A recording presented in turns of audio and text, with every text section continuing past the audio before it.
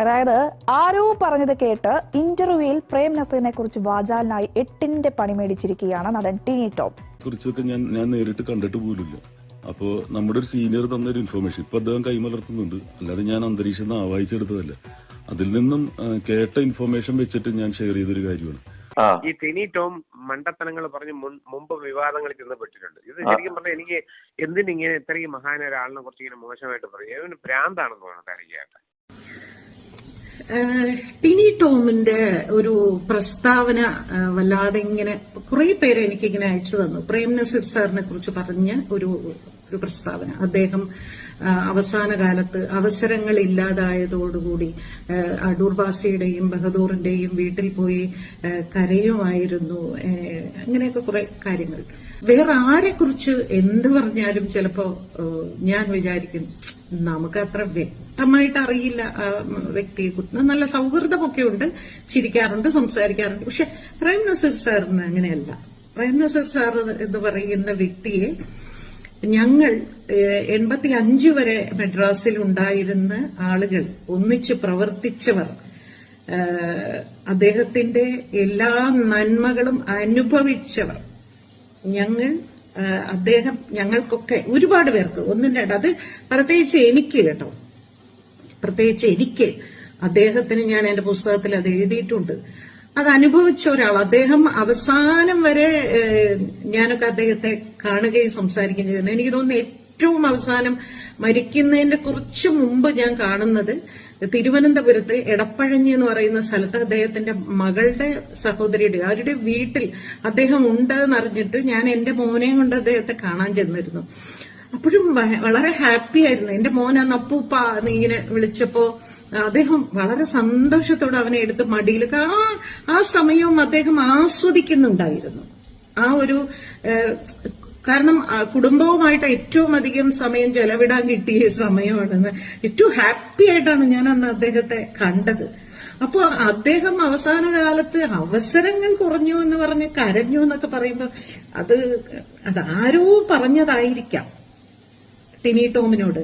പക്ഷെ അത് നമ്മൾ ആധികാരികമായി ഒരു അഭിമുഖത്തിൽ പറയാൻ പാടില്ല ടിനി. കാരണം ചില ആളുകളൊക്കെ കണ്ടിട്ടില്ലേ, ചിലരെ കുറിച്ചൊക്കെ യൂട്യൂബിലിരുന്ന് വളരെ ആധികാരികതയോടുകൂടി അവരെ കുറിച്ചുള്ള പല കെട്ടിച്ചമച്ച കഥകളും ഒക്കെ ഇങ്ങനെ പറയുന്ന കേൾക്കാം. അത് ആ വ്യക്തി ജീവിച്ചിരിപ്പില്ലെങ്കിലും അവരുടെ ബന്ധുക്കൾ ജീവിച്ചിരിപ്പുണ്ട്. അവർക്ക് എത്രമാത്രം ഫീലിങ്സ് ഉണ്ടാകും എന്നുള്ളത് ആരും ചിന്തിക്കുന്നില്ല. അവരൊക്കെ പോട്ടെ, പണത്തിന് വേണ്ടിയാണ് അങ്ങനെയൊക്കെ യൂട്യൂബ് ചാനൽ ഉണ്ടാക്കി ഇങ്ങനെ പറയുന്നതെന്ന് വെക്കാം. പക്ഷെ ടിനി ടോം ഒരു ഇന്റർവ്യൂവില് ഒരു ആക്ടറായിട്ട് ഇരുന്നു കൊണ്ടാണ് ടിനി ടോം സംസാരിക്കുന്നത്. അത് യാതൊരു ആധികാരികതയും ഇല്ലാതെ ഞാൻ കേട്ടിട്ടുണ്ട് എന്ന് പറയുമ്പോൾ കേട്ടതെല്ലാം സത്യമാകണമെന്നില്ലല്ലോ. നമ്മളൊരു ഇന്റർവ്യൂവിൽ പറയുമ്പോൾ അത് സൂക്ഷിക്കണം. ടിനി നസീർ സാർ ജീവിച്ചിരുന്ന കാലത്തിൽ സിനിമയിൽ പോലും വന്നിട്ടില്ലാത്ത ഒരാളല്ലേ, അല്ലെ? അപ്പോ അത് കേട്ടപ്പോ ഒരു വിഷമം തോന്നി. കാരണം ഞങ്ങൾക്ക് കുറെ അധികം പേര് ഇപ്പോഴും ഉണ്ട് നസീർ സാറിനോടൊപ്പം ജോലി ചെയ്ത, അദ്ദേഹത്തിനോടൊപ്പം ഇരുന്ന് ഭക്ഷണം കഴിച്ച, അദ്ദേഹത്തിന്റെ വീട്ടിൽ പോയി സംസാരിച്ച്, അങ്ങനെ ഞങ്ങൾ കുറെ പേരുണ്ട്. അദ്ദേഹത്തിനെ കുറിച്ച് ആരും ഇത് നെഗറ്റീവ് ആണോ എന്ന് ചോദിച്ചാൽ ഇത് നെഗറ്റീവ് ആണ്. അതായത് അവസരമില്ലാതിരുന്നപ്പോ മറ്റൊരാളുടെ വീട്ടിൽ പോയിരുന്ന് അങ്ങനെ ഒരാളല്ല പ്രേം നസീർ സാർ.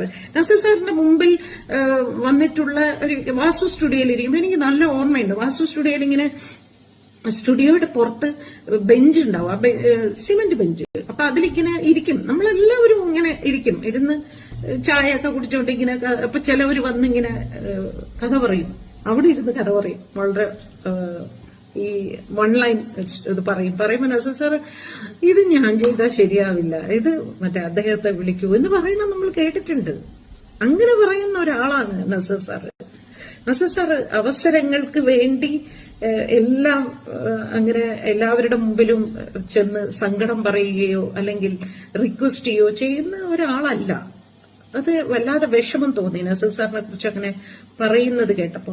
ടിനിക്ക് അറിയാൻ വേണ്ടി പറയുകയാണ്, ഞങ്ങൾ മദ്രാസിലുണ്ടായിരുന്ന കാലഘട്ടത്തിൽ, ഞങ്ങൾക്ക് ഇപ്പോഴും ചെന്നൈ എന്ന് പറയാൻ ഇഷ്ടമല്ല, ആ കാലഘട്ടത്തിൽ കേരളത്തിൽ നിന്ന് മെഡ്രാസിലേക്ക് വണ്ടി ഇറങ്ങി വന്ന് എന്ത് ചെയ്യണം എന്ന് അറിഞ്ഞുകൂടാതെ ഇങ്ങനെ അന്തം വിട്ട് നിൽക്കുമ്പോ ചെന്ന് കാണാൻ ഒരു നേരത്തെ വിശപ്പടക്കാൻ ഉള്ള ഒരേ ഒരു വീട് പ്രേം നസീർ സാറിന്റെ വീടായിരുന്നു. ധൈര്യമായിട്ട് ആർക്കും അവിടെ പോകാം.